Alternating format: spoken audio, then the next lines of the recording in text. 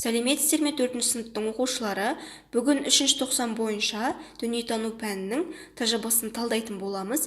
Ең алдымен каналға жазылып, қоңыраушаны басып кетуді ұмытпаңдар. Ендеше тжб-ны талдауды бастайық. 90 бойынша жиынтық бағалау, ұзақтығы 40 минут. Бұл тжб-да бізге 6 тапсырма берілген екен. Қазір барлығын біртіндеп орындап бастаймыз. Бірінші тапсырмаға қарайық. Далалы жердің климатын сипаттап жаз дейді. Жазда ыстық және құрғақ келеді, ал қысы қатаң, қар аз болады. Жылына 300 мм-ге дейін жауын шашын түседі. Бірақ мұның мөлшері солтүстіктен оңтүстікке қарай азая береді. Климат жағдайлары егін шаруашылығымен айналысуға толық мүмкіндік береді деп жазсаңдар болады. Екінші сұрақ: далалы жерде қандай шаруашылық түрлерін дамытуға болады? Мал шаруашылығы мен егін шаруашылығын дамытуға болады. Екінші тапсырма: суретке қара.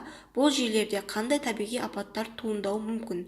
Бірінші суретте тау, қар бейнеленген, яғни таулы жерлерде қар көшкіні орын алуы мүмкін. Екінші суретте су. Су дегенде, мысалы, көл болуы, өзен болуы мүмкін, немесе теңіз, мұхит болуы мүмкін. Су тасқыны. Ондай жерлерде су тасқыны болады, цунами болады. Енді сұрақтарға жауап берейік. Бұл табиғи апат қандай зиян келтіруі мүмкін? Қар көшкінінен де, су тасқынынан да жануарлар, табиғат зардап шегуі мүмкін. Мысалы, ормандағы жануарлар, мысалы, тауда мекендейтін жануарлар зардап шегуі мүмкін, мысалы, және табиғат зардап шегуі мүмкін. Тауға, теңізге жақын орналасқан үйлер болса, үйлер мен адамдар да зардап шегуі мүмкін екен.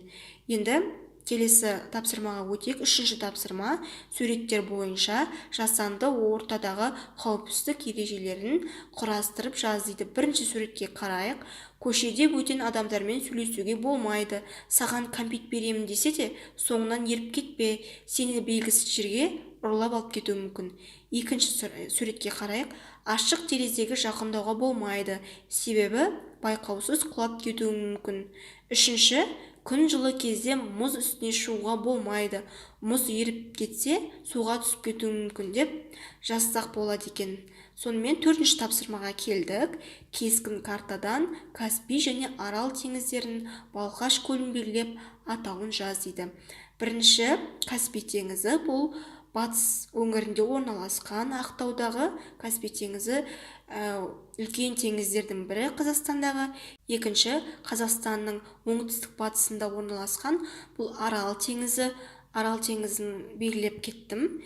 Және Қазақстанның оңтүстік шығысында орналасқан Балқаш көлін, әлемдегі ең ұзын көлдердің бірі, соны белгілеп кеттім. Осы картадан қарап көріп алыңдар. Келесі тапсырмаға өтейік.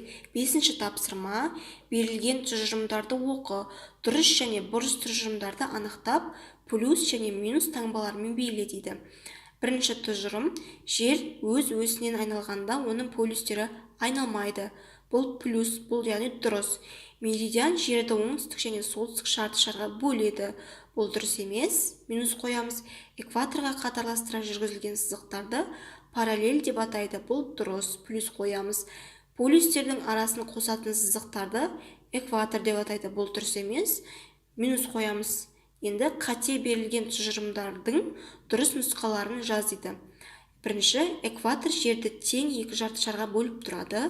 Екінші, оңтүстік және солтүстік полюстердің арасын қосатын сызықтарды меридиан деп атайды. Осылай дәптерімізге жазып алайық.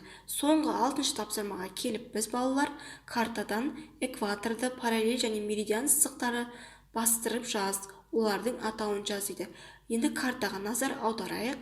Картадағы дәл ортасынан өткен сызық, ол меридиан сызығы, яғни төменнен жоғары қарай өткен сызық.